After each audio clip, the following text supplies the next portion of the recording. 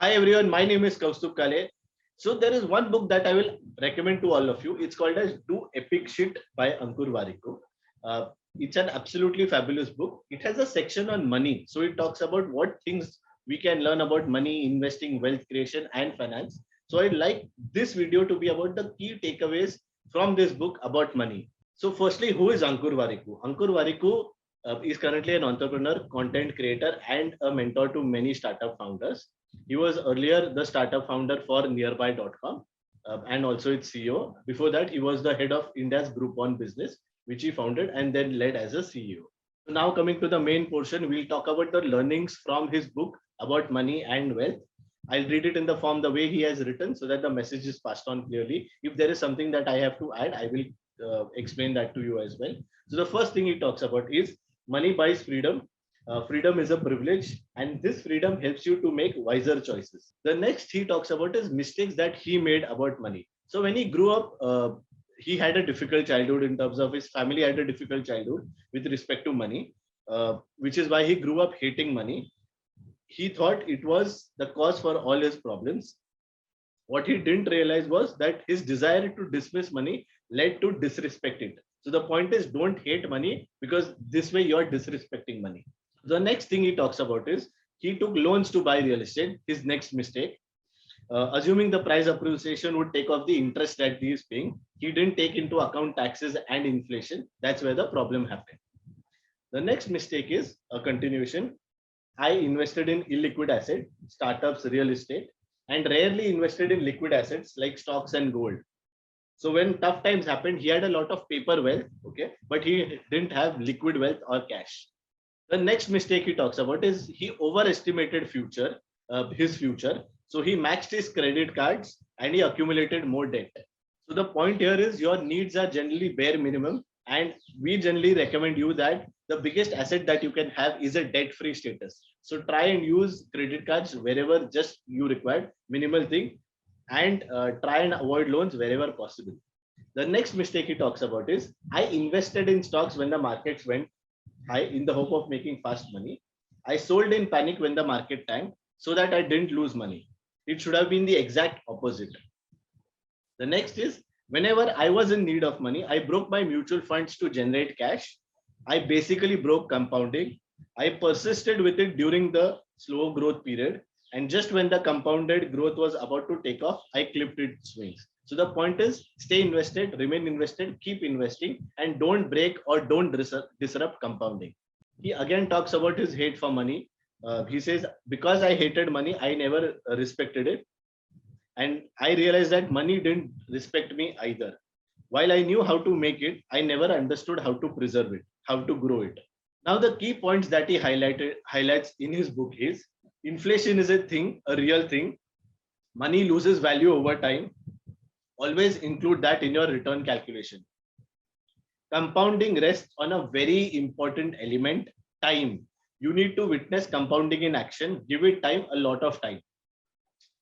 When in your 20s, live like a pauper, live within your means, don't spend too much, pay your bills and then pay yourself by investing, pay for your desires last, do not take loans for your desires.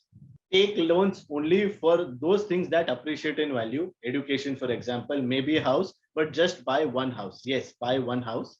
So, like he earlier said, that his mistake was he invested in real estate using loans, and now he obviously has said that buy only one house on loan. The point is, the house that you buy for self consumption, where you want to stay, is something that you can buy on loan.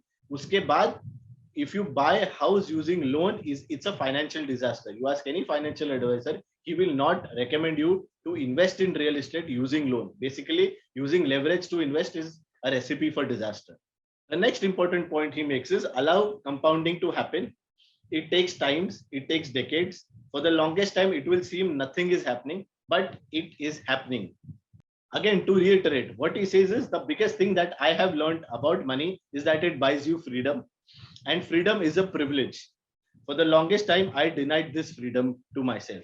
He now talks about 10 common mistakes that people make with money. Like he has earlier also said, taking too many loans.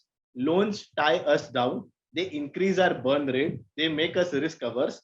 They make us feel like we are stuck. So basically the point is, if you are an employee and if you take loans as well from the bank, it's basically that you are working not just for your employer, you are also working for the bank. This is what my value addition here is. Don't take too many loans, because it basically means you're working for more institutions in that fashion. And the point is to work for yourself. The next mistake that he talks about that people generally make is trying to time the market. Market is too high, let it fall. Market is low, right time to buy. No one knows the highs or the lows of a market. The best way to invest over a long term is to invest regularly, irrespective of the price at that time. That's what we also say. Remain invested, keep investing, regularly invest till your financial goal matures. The next mistake that he talks about that people generally make is renting your time and not owning any assets. Everyone in job isn't going to create supernatural, supernormal wealth, because we have to spend time working to earn. Assets, on the other hand, make money for you when you are sleeping. Start a company, own stocks, create rental income. The next mistake is people start investing very late. 20s is the time to have fun. I will start investing in my 30s. 30s is the time to build a family and enjoy it. I will invest in the 40s. The right time to start investing was when you turned 18. The next best time is now. So just like we say, the right time to start investing was when you got your first salary or your first income, and the next best time is now. The same thing applies for financial planning. The best time to do financial planning was when you received your first salary. The next best time is now. The most common mistake that he talks about that people make is not taking risks when you can. So in our 20s, when we have little to lose, and even if we lose, we have the time to recover. Lesser so in our 30s and 40s. That's why our parents loved fixed deposit, but we shouldn't. Take risks early on and don't worry about the short-term ups and downs in investing. So he quotes Robert Kiyosaki, who is the author of Rich Dad Poor Dad, when he talks that if you do not know how to care for money, money will stay away from you.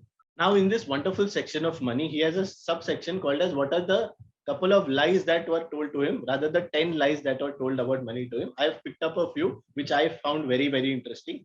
First is obviously lie, saving money is important. Jhoot hai. Of course, saving is important, but we were never told the complete story that investing is more important. Most saving approaches destroy the value of money because investing grows your money, and by saving you're just accumulating money, but then it does not beat inflation. So for beating inflation, investing is very, very important. The next lie that people are told is buying a house is the ultimate financial goal. So he says that now I know buying a house early in your life is binding and thus can be a regret filled decision. It most likely doesn't make financial sense, obviously, do the maths. And it also binds you to a size, to a city, and to a locality that you will always find hard to escape. The next lie that he talks about is all expensive things that we buy are considered as assets. This is a jhoot again. The way to define an asset was by how expensive it was. The more the cost, the better the asset. Starting with home appliances, then scooter, then car, then house. Buying assets was the middle class indulgence. Now I know most of these are not even assets, not even the house that we stay in. The next important point that he talks about is now I know that salary has nothing to do with your wealth.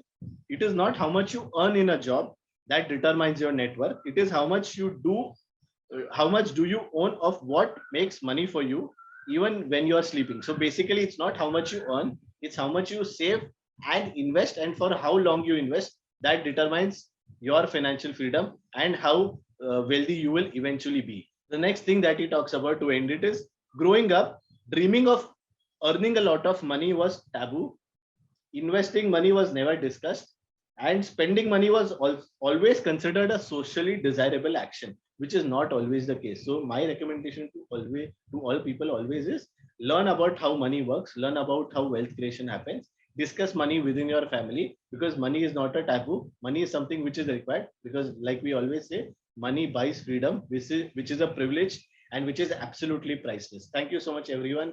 I hope you found this useful as well as interesting. Do read this book called as Do Epic Shit by Ankur Warikoo.